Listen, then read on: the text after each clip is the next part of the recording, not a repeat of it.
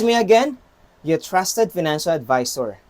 Istorya na to karon, nga nang dili suggested mag-invest nga walay health protection.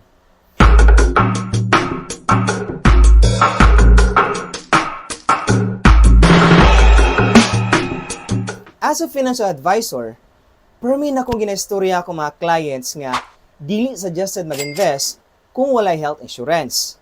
Nga naman, kay dili na ito may bawaan kung kanos ata magkasakit or na ay medical emergency.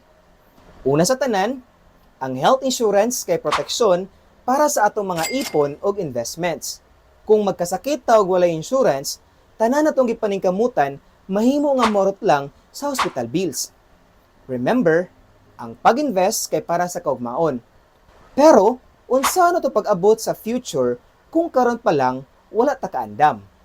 Health insurance give us peace of mind nga bisan unsa pay mahitabo, protected ta.